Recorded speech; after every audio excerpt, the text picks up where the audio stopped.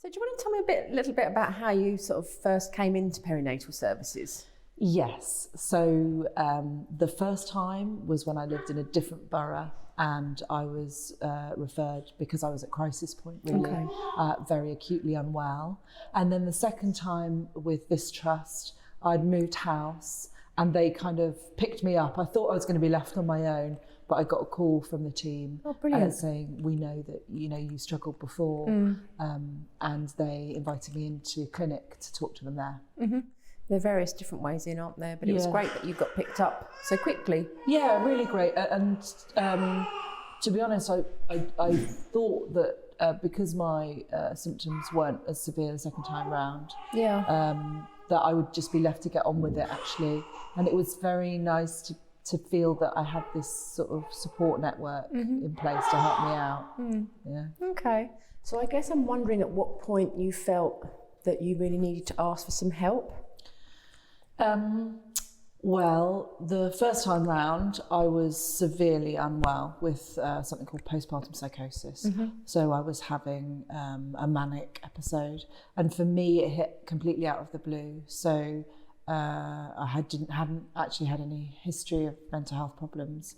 I was asking for help in the hospital, but unfortunately, it was missed. So it was really an intervention from the medical services that got me into first a psychiatric unit and then the mother and baby unit, which was extremely helpful to me. And then the second time, I didn't get the psychosis again. I was doing really well actually for 5 weeks, and it was when my mum was leaving to go back home, the depression hit almost overnight. But the second time, I knew what was happening. So I went to my GP and I almost barricaded myself in and just said, I know what's happening. I need antidepressants. This has happened before. And so, it's interesting because you do become a little bit more ballsy, I think, the second time. Had I had depression the first time, you can wait, can't you, and think, oh, this is the baby blues. But I guess if you're really not finding joy in anything, and for me, my relationship was affected with baby, that is, it's better to do it sooner rather than later. Because actually, the second time around when I had depression and I was put on the medication again, my bond with my baby wasn't that affected, and I think it's a good reason to get in touch, because the sooner that it's caught, the sooner that you can begin rebuilding that relationship with baby and with yourself as well, and getting back to who you are. I hope that answers that. No, definitely, because I think women often come in and after they've been in services for a while, they sort of articulate that it was difficult initially to ask for help because it feels like you should be coping and you should be enjoying being a mother. Yeah, there's a lot of shoulds. There's a huge amount of pressure in shoulds. Yeah, a lot of shoulds in motherhood. And I do hear that a lot in the work that I do as a peer engagement facilitator. But I'm very grateful that my illness was picked up quickly, because it meant that I could really get that intense support that I needed, so that I could get better. And it didn't get better. I didn't get better straight away. It took me a good year to really build that relationship back up with my daughter. But we have the most wonderful relationship now, and you can come through that. But to get it caught early is I think really, really crucial. Yeah. And what sort of care then sort of happened for you? What got provided? There's quite a lot offered. And because I had 2 kids at that point, I actually didn't take up too much of it, but it was the talking therapy, group therapy as well, which had really benefited me the first time round. So meeting other like-minded mums, so that you can talk openly about the fact that it's really hard. I feel quite strongly that there's this narrative around giving birth, that's, you know, this should be the most wonderful time of our lives, and it's just not true. And if you can meet other women that are happy to say, this, I'm really struggling, you know, they do say it takes a village, don't they? And I just think finding your tribe so important. Mindfulness therapy was offered to me the first time round, which was a huge help to me. So I know that there are, and I know it's trust dependent, but I know there are different therapies offered to people, which are hugely beneficial. Yeah. And how do you think, as a service, they helped you then? What all came together to? In terms of perinatal?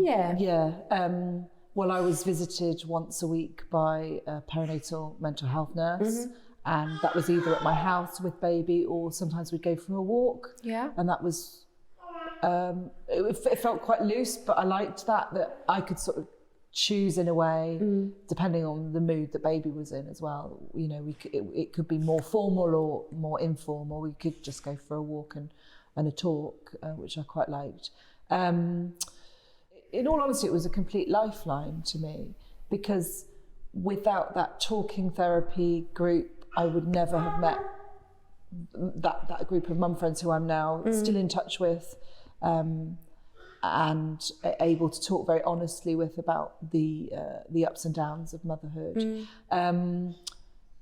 I was encouraged to go on to medication, which helped me enormously. I don't feel that it's something that has to be long term. For me, I'd come off an antidepressant after a year with my first child, and then after 6 months with my second. So I felt like, for me, it was about being able to scaffold myself so that I could find other tools, both through the service and through my own kind of off my own back, that would build me back up again. Because I was, you know, I'm talking to you here now and I can laugh about it and smile about it, but I was in a very, very dark place, as a lot of women can be. And thinking about the medication, did you feel that you were quite well supported with information to make a sort of informed choice about that for yourself? Yeah, because I was concerned, because the second time I was breastfeeding, and like many mums, I was concerned about the impact on baby. But it was something that they kind of managed, but with my guidance. So I'd go back to clinic and say, I'm feeling a lot better now, perhaps we can taper it off. They tapered it off, and I actually didn't have any side effects by the time I came off it the second time round. So that was, for me, it was a success story. Yeah. And can you tell us a little bit about your role with our team now and what that involves? What it means is that on a Monday fortnightly, I'm running a coffee morning called Baby Steps, which is what I've been doing today, where we do artwork and mindful drawing, that sort of thing, whilst the mums chat. I'm doing quite a bit of phoning mums and checking in with them, telling them quite gently really about the thing that makes me slightly different, I guess, is that I have lived experience. So whilst I can't completely understand their problems, I can relate to a lot of them. And then I'm meeting up with mums as well, going for a walk or going for coffee and just chatting. So a lot of talking. And it's actually been really, really rewarding. I thought I might find it a bit triggering, but it's so rewarding to see people getting better. One of the biggest endorsements I've had in this group, which is called Baby Steps, is that a number of women have said to me, this is the only group that I can be in where I can be authentic. And it's so exhausting when you're a new mum to keep up that kind of richest grin of this is all great. Just to have a group where you can go, this is horrible, I'm really struggling. It can be life-changing, I think. I have so many mums who say that very thing, like, I can't go to that baby group, or it's too overwhelming to go there with all those people. And you sit in a place of comparison all the time. So it's, and not that I kind of land my lived experience on people, but if it comes up, I'm more than happy to talk about what happened to me, and hopefully give women a bit of hope that not only can you get better, but that you can actually thrive after suffering from a mental health problem. Because it's changed my life. I wouldn't necessarily wish it on anybody what happened to me, but it has been the most extraordinary gift. I'm going to get emotional now. It really has. Fantastic. So I wonder what you would say to someone who perhaps is thinking, oh, I don't need help, or I'm not struggling as much as maybe some other people are, or what would you say to sort of someone like that who perhaps does need a little bit of help? I think it's very easy as a parent to put yourself at the back of the queue in terms of needs, but it's that oxygen mask analogy. You know, you have to put the oxygen mask on yourself before you can help others, and actually taking the time for yourself to get better will have enormous positive effects on your family. Yeah.